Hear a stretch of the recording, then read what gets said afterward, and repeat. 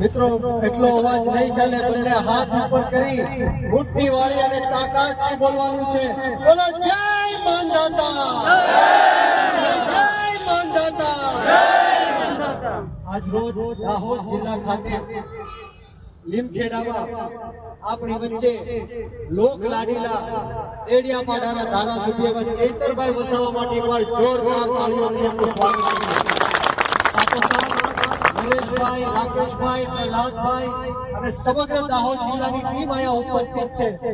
એટલું ભારે અને પ્રેમથી જે અમારું અને ચૈતરભાઈનું સન્માન કર્યું તે બદલ હું તમામનો આ તકે હું ખૂબ ખૂબ આભાર વ્યક્ત કરું છું. અને આવનારા દિવસોમાં જે 3 વર્ષથી આપણી પૃથ્વીપતિ સમ્રાટ વીર માંધાતા મહારાજની જે પ્રતિમા છે એમનું સ્થાપન બાકી છે, કરવામાં નથી આવ્યું, ત્યારે ચૈતરભાઈએ ખાતરી આપી છે કે એમના લેટર પેડ ઉપર એ પણ આપણો સૌનો સહકાર આપશે અને એ પણ લાગતા વળગતા અધિકારીઓને કહી દેશે. એટલે આવનારા દિવસોમાં આપણે સૌ સાથે મળીને નાત જાત ભેદ ભાવ ભાષા ધર્મ જ્ઞાતિ જાતિ બધું જ ભૂલીને આગળ વધવાનું છે, વ્યસન મુક્ત રહેવાનું છે, શિક્ષિત બનવાનું છે. એટલી જ મારી વાતને પૂરી કરીને હું ચૈતરભાઈને કહીશ કે 2 શબ્દ બોલશે. વીર માંધાતા કી જય.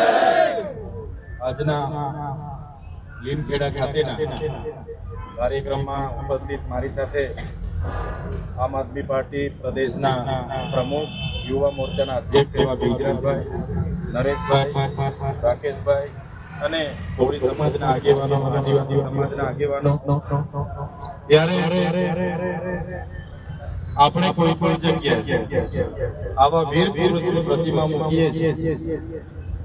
એ મંદાતા ભગવાનની હોય, બિરસા મુંડા દાદાની હોય, કાજ્યા નાયકની હોય, કાજ્યા મામાની હોય, ત્યારે એમાંથી આપણો હેતુ ઉદ્દેશ્ય હોય છે કે આવનારી પેઢીને એમાંથી પ્રેરણા મળે, એમની અસ્મિતા, એમની સંસ્કૃતિ આવનારી પેઢી જાણે અને આગળ વધે.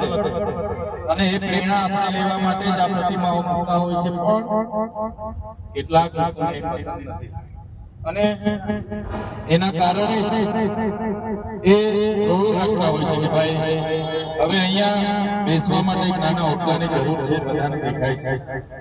અહીંયા દાહોદમાં એટલા બધા દબાણો છે ત્યારે એમને દબાણ નથી કરતા અને અહીંયા નાનો ઓટલો બેસવા માટે બનાવવા માટે એમને માર્ગ સરકાર વિભાગને અને મામલતદારને દબાણ મળે છે.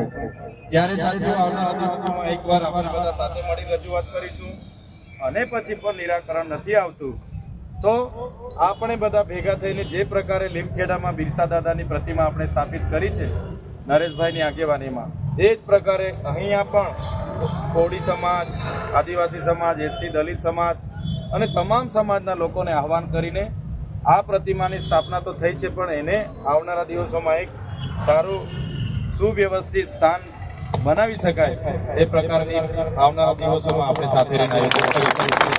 ત્યારે આગળ કાર્યક્રમ છે, લોકો રાહ જોઈ છે, વધારે સમય આપણે નથી લેતા. બધા જ લોકો અહીંથી બિરસા મુંડા ચોક થઈને ત્યાં પણ ફુલહાર કરીને આગળ વધતા જઈશું અને દાહોદના કાર્યક્રમમાં આપણે બધા પહોંચીશું. બધાનો ખૂબ ખૂબ આભાર. ધન્યવાદ.